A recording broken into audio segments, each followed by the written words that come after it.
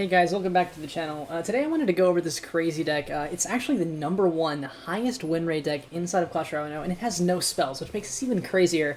Mega Knight and Royal Giant is an archetype that you almost never see, but it's been played over 100,000 times in the last 2 weeks, and I was just looking up like some stats on the game, and I found this, and I figured I had to make a video on it, so of course we're going to do that today. I'm going to show you guys how to play this and unleash its true power.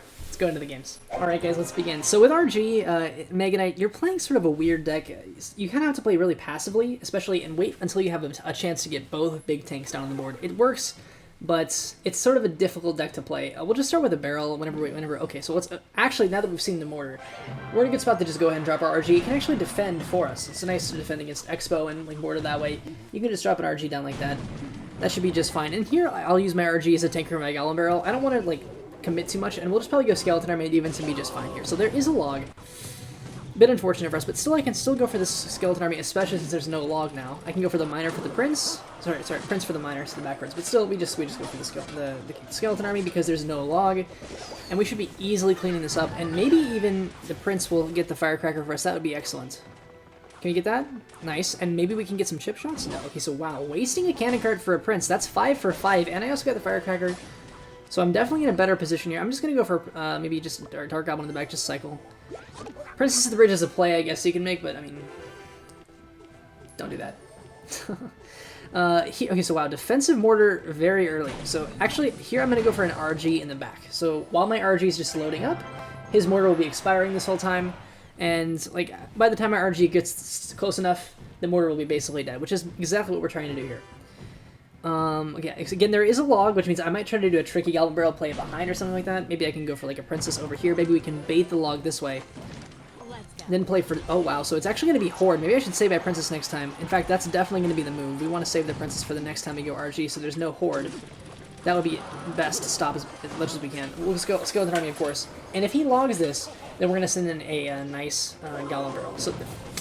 Right, so as soon as he does that, we're going to punish with an immediate Gallon Barrel. That's how this deck's sort of played. It's a cross between Beatdown and Bait. Both work simultaneously if you play it well. It can be really tough, but if you can get it to work, look how much damage you got there. And we're not even running a spell. So if they have a solid way of countering Bait, you play it like a Beatdown deck. But if they don't have a really good way of countering Bait, you can actually play this like just a classic Bait deck and don't have a big problem either. Just fine. Okay, so Fireball has been cycled, sure.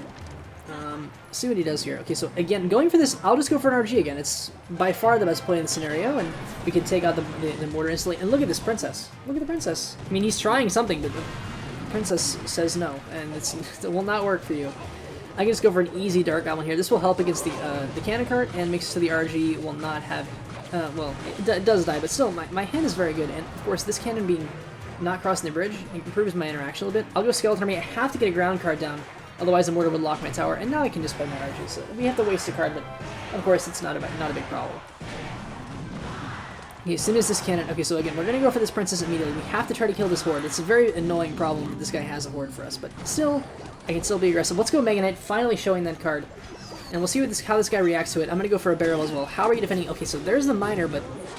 How are you really stopping my push? Because the Mega Knight is going to go onto the cannon card and start harassing your entire side of the board. Let's go for the Royal Giant. Still, having 2 tanks here can be so effective. It's honestly kind of surprising how effective having 2 tanks can be in some of these matchups. You can just go for a Dark Goblin. It's going to help. Never mind. Just play a little bit farther to the side and it'll be better. But still, we're in such a good spot that it won't matter. This deck is just too strong. There's really no easy way to stop this even. Like, I can just go for the Prince and the Skeleton Army. It's fine. Just go for an easy Gallon Barrel there. Not a big deal. I mean, he probably logs here, which is really solid for him, but still, like, just the fact that I have, like, I'm going to go Mega Knight here. It's pretty much... Actually, let's go for RG again. We still want to get the RGs down here. It's just very solid. I want to play it in general. And we'll go for the Princess, of course. The same exact strategy as before. And as soon as the cannon cart starts getting close, we will go for the Prince again. Just the same exact plays, cycling the same sort of interactions. And this game will eventually go our way. This dude really has no chance of stopping it. Yeah, finally, now we're going to get a great chance to just go for some Mega Knight on the side, and we'll go for an easy Dark Goblin Bridge, or Barrel, and this can be really hard to stop, actually. Mega Knight's tanking for everything, and the cannon cart's shredding the mortar. This is really great for us. And again, I can just go for the same Prince play. I won't ever really have to change up my strategy because it just works so well. Just go for a Skeleton Army. Again, there's no way you're breaking through this, right? I just go for an RG. RG stops pretty much all the threats. I can again do this. Let's play a Tricky Barrel. Maybe our opponent won't see it coming, and I can go for Dark Goblin. Even though this game is going to go into like deep overtime and like end in tie breaks, we still have just a clear advantage here, and there's no way for this guy to break through. And he's actually played a fairly decent game, and even though I don't have a big spell, I got enough of a lead in single that we're just so much better here. Yeah, I don't even need to sack 2 RGs. The Princess will take care of this for me. I don't have to do anything. Great game. This deck is really strong. Very, very deceptively strong deck. Let's go to the next game. Alright guys, into the next match. So here, we did just see the RG being useful as a defensive card, but another sort of difficult thing about this deck is that you don't also have a building. So if there's like a win condition that maybe you'd like to kite with a building, you just don't even really have that as an option, which can be very annoying. But we do have lots of positives here. We do have a lot of troops to use, so which is actually very nice. And here, like, this is a prime example. Mega Knight is on the board already in like very early single elixir. This is going to be kind of hard to stop. There's no wizard left because you just played it, so I'm going to go ahead and use my bats. What else do you have? If you just use your wizard, what else do you have to counter my bats? Do you have a spell? Okay, late Skarmy, and that's actually the right way to play that. If you go Skarmy early, then my Mega Knight would destroy it. But I can still go for just Dark Goblin here, and we have a really, really early lead here. Our opponent overcommitted very early, and I'm sure you're low after the Queen. There's no way. You must have very low elixir.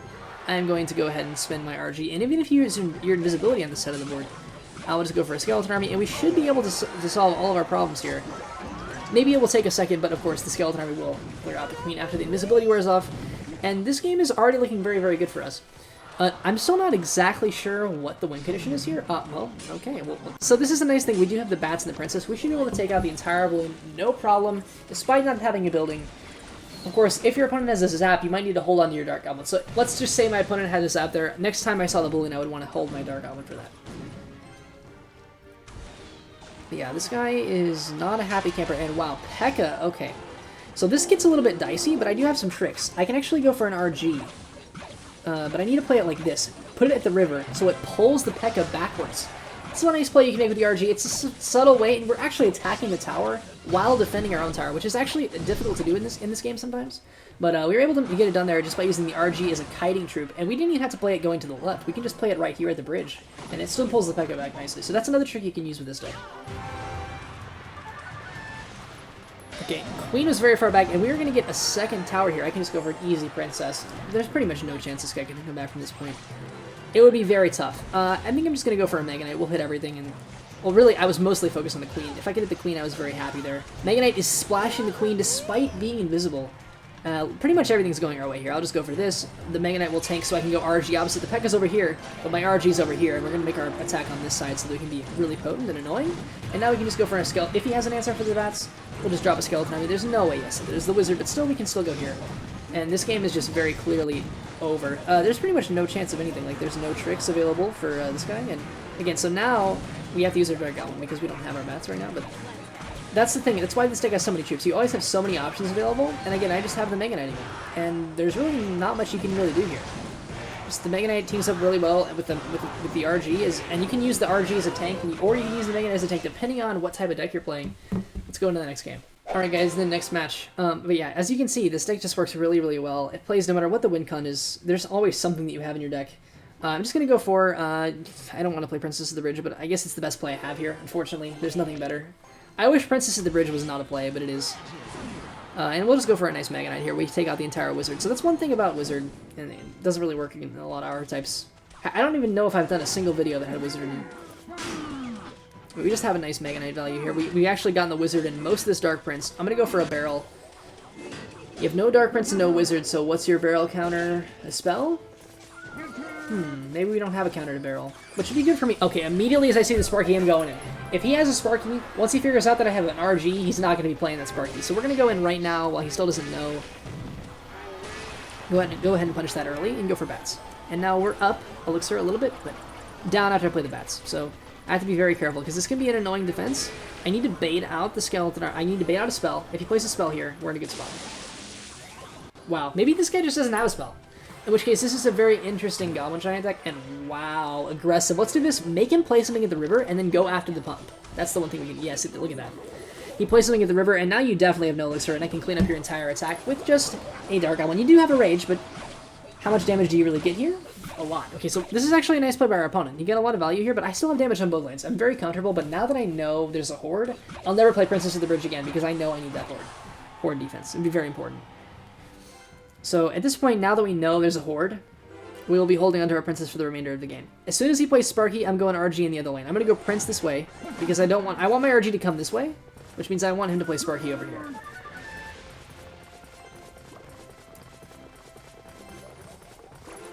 I don't want to play Scarry, but I have to block. I want to save my tower. And wow, he misses the kite, which is just an awful mistake. But is that even going to hurt that much for him? I don't think so.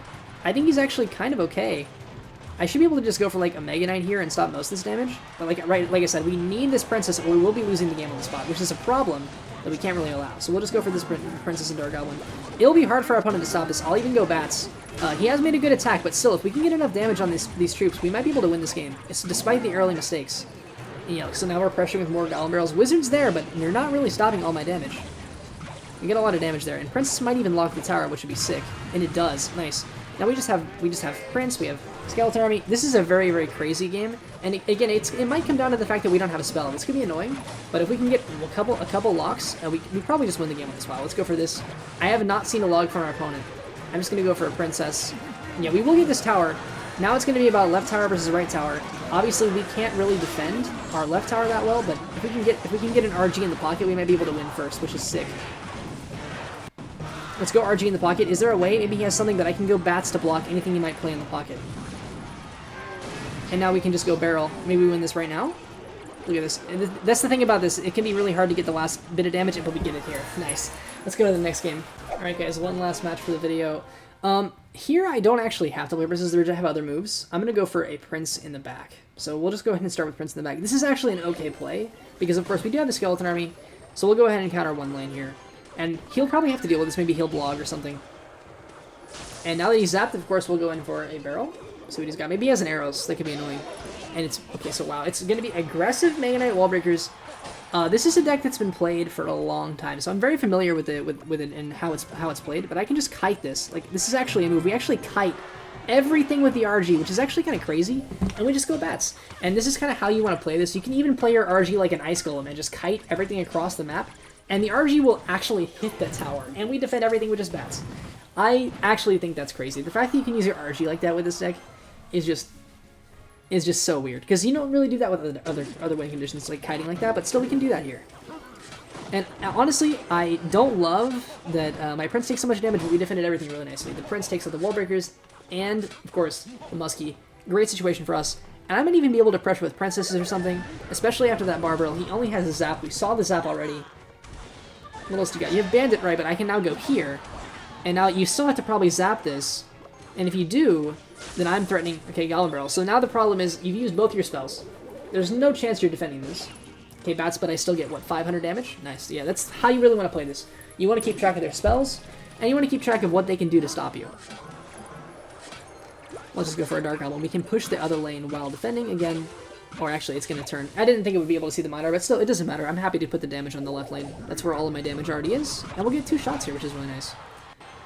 I might want to hold on to my RG if I need to kite something. I'm not going to go too aggressive. It seems like from my evaluation of the game, I can probably just win with using Band. I don't need to go too aggressive with the RG. Let's just go here, and he plays maybe Bats or something, or I don't know, maybe Barbarel, but whatever he does, I'm just fine. I can just rely on my 2 hits, and now we're going to probably win this with Goblin Barrel in the future. Our opponent is very smart, though. And another nice thing about this is, like, yeah, our opponent does have the Barbarel here, but I have the RG to break through at the end of the game. So that's what I want to do. I'm going to save my RG till the end of the game. My Goblin Barrel probably will never actually fully break through, but I might be able to get something done. We'll have to see. The Skeleton Army, nice zap by our opponent. I think he predicted that. That was really impressive. Nice prediction on the zap. But we'll go here now that his spells are out of cycle. Now he has to hit, and there's the Barbarel, but that's not a good Barbarel, because I will take your tower and go for a Prince. And now we're in a much better hand, because now we're playing for RG in the pocket.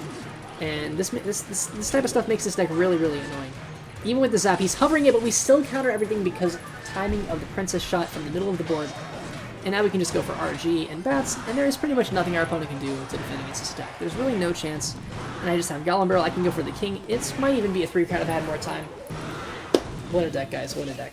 Thank you guys so much for watching. If you made it this far in the video, thank you so much. I really appreciate you. Believe it or not, this deck really is the #1 highest win rate deck over the last 2 weeks.